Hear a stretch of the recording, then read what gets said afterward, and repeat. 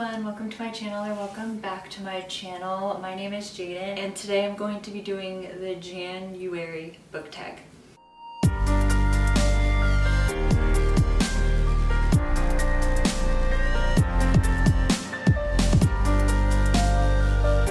So I didn't create this tag. This tag was created by Agaton. I don't know how to pronounce her name, I'm sorry. I will link her video down below. I saw Sydney Bookworm's video on this and I decided to do it, but I will tag the original video in the description below. So I don't know necessarily if this video was supposed to be done at the beginning of January, but today's the 22nd and I'm doing it anyways. So let's just go ahead and get started. So what was the last and first, if you remember, book you read last year? So the last book I read last year was Regretting You by Colleen Hoover, and the first book I read was The Silent Patient by Alex Michaelides. Number 2, what is your first read of this year? My first read was People We Meet on Vacation by Emily Henry. Share 3 of your reading goals this year. So my last upload was talking about my reading, YouTube, and personal goals, which I talked about 3 reading goals in there, but I will just share them again as a refresher.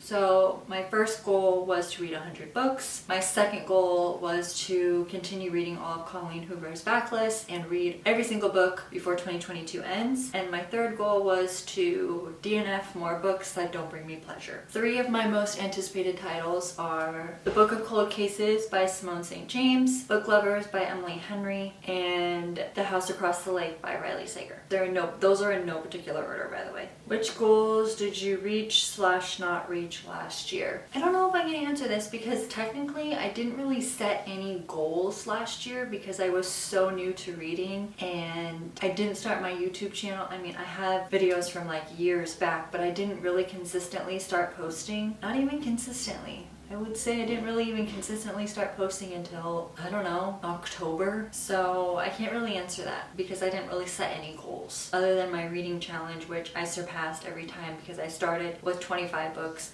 When I reached that, I moved it to 50. When I reached that, I moved it to 100, and then once I reached 100, I just left it at 100. Are there 2022 releases you've heard of that you have no desire to read? There are. Any fantasy release I've seen, I haven't been interested in.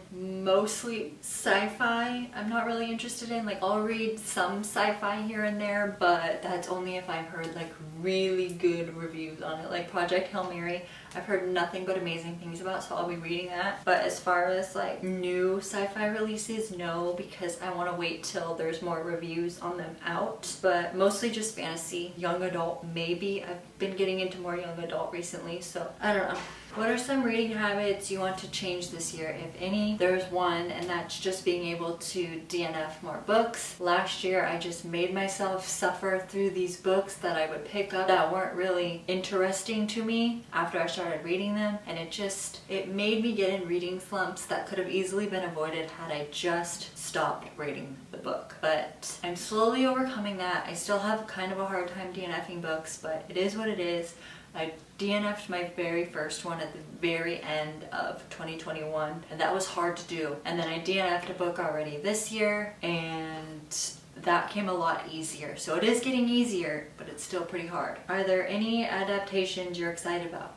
Yes, Where the Crawdads Sing. I am so excited. That movie comes out June 24th, 2022, and you bet your bottom dollar my ass is going to be in one of those movie seats on June 24th, 2022. I don't care if I have to go alone. I am seeing that movie. I've been waiting way too long. I am so excited. Favorite bookish memory of last year? I don't really have any. I would just say that I've read a lot of books that have stuck with me and I'm excited about that. But as far as like bookish memories, I do really appreciate when my husband goes somewhere and he brings me back a bookmark. I think that's very thoughtful. Like, he went to Hawaii in July of last year for a guy's trip and brought me back a really cool wooden bookmark with like a carving on it or a picture or something.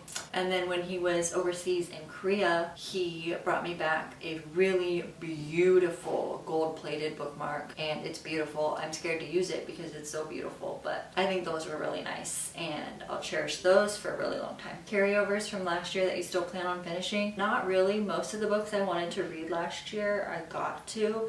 I mean, there was a couple, but I can't think of them off the top of my head. But I mean, not really, because usually if I wanted to read a book, I would buy it right then and there, because I don't have a massive physical TBR shelf on my bookshelf. Most of my TBR is in my want to read shelf on Goodreads. As far as like my physical TBR, it's really not as big as like bigger booktubers out there, which I'm really happy about. So as far as like carryovers that I never got to last year that I'm going to read this year, there's not really any, which I'm pretty proud of myself for that. So those are the questions for the January book tag. I hope you guys enjoyed this video. Like I said, I will link the original video down below and post all the questions down below as well. Thank you so much for watching. Please give this video a thumbs up and subscribe and turn on post notifications to be notified every time I upload. And I'll see you in my next video. Bye!